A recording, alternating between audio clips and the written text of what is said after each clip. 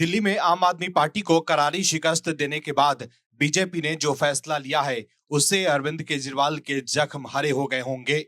दिल्ली की सत्ता से आउट करने के बाद बीजेपी आम आदमी पार्टी का दिल्ली से सफाया करने के मूड में है। बीजेपी का प्लान साफ है कि फिर से दिल्ली में आम आदमी पार्टी पैर नहीं पसार सके। जिस तरह से अरविंद केजरीवाल ने फ्री के नाम पर दिल्ली वालों का 10 साल बर्बाद किया, उससे राजधानी में उनके खिलाफ काफी नाराजगी है। तभी तो वो खुद भी चुनाव हार गए। केजरीवाल के पास ना तो कोई विचारधारा है और ना ही कोई नीति। बस फ्री के नाम पर वो चुनाव जीत रहे थे।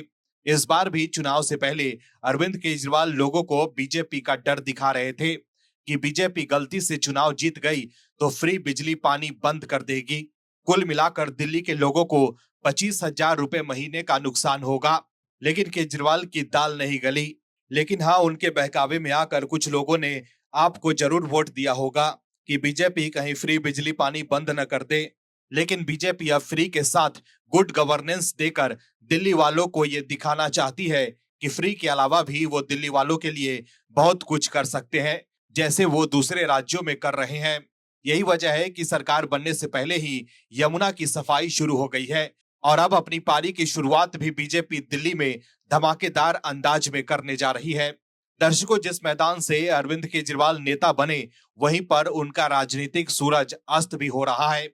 जिस तेजी से केजरीवाल भारतीय राजनीति के केंद्र में आए, उतनी ही बुरी उनकी विदाई भी हो गई।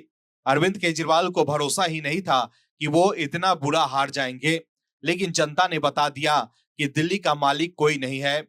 लेकिन जो रामलीला मैदान ने अरविंद केजरीवाल को फर्श से अर्श पर ले गया, वही रामलीला मैदान केजरीवाल के बिना सजेगा। वहां शपथ भी होगी, मानो रामलीला मैदान कह रहा होगा, ये गलियां ये चौबारा, यहाँ आना न दोबारा। दर्शकों, 27 साल बाद दिल्ली की सत्ता में वापसी करने वाली बीजेपी का 20 फरवरी को शपथ ग्रहण कार्यक्रम होगा। लेकिन इस आयोजन के लिए जिस जगह का चुनाव किया गया है, उसने इस शपथ ग्रहण को कई मायने में विमर्श का विषय बना दिया। दरअसल दिल्ली के जिस रामलीला मैदान में शपथ ग्रहण की तैयारी हो रही है, वो आम आदमी पार्टी और अरविंद केजरीवाल के उभार का भी गवाह रहा है।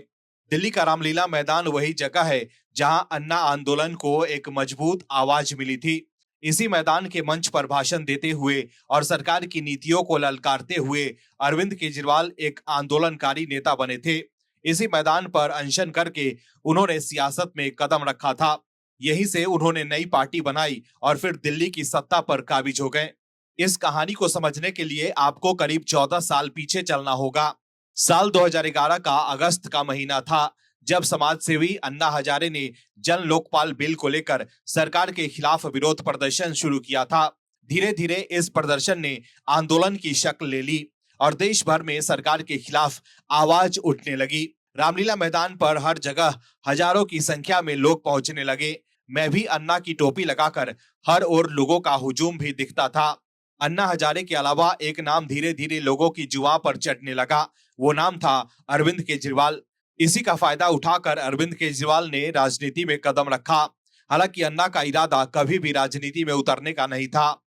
उस वक्त अरविंद केजरीवाल ने कहा था कि वो सिस्टम में आकर सिस्टम को बदलेंगे, लेकिन सिस्टम बदलने की जगह सत्ता की चकाचौंध में वो खुद बदल गए और ऐसे पलटी मारे कि आम आदमी बनने वाले केजरीवाल शीश महल वाले खास आदमी बन गए।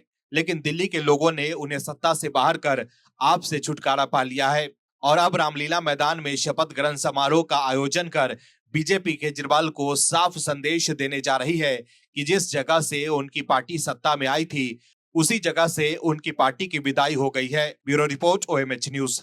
आप दर्शकों से विनम्र निवेदन है कि चैनल को सब्सक्राइब जरूर करें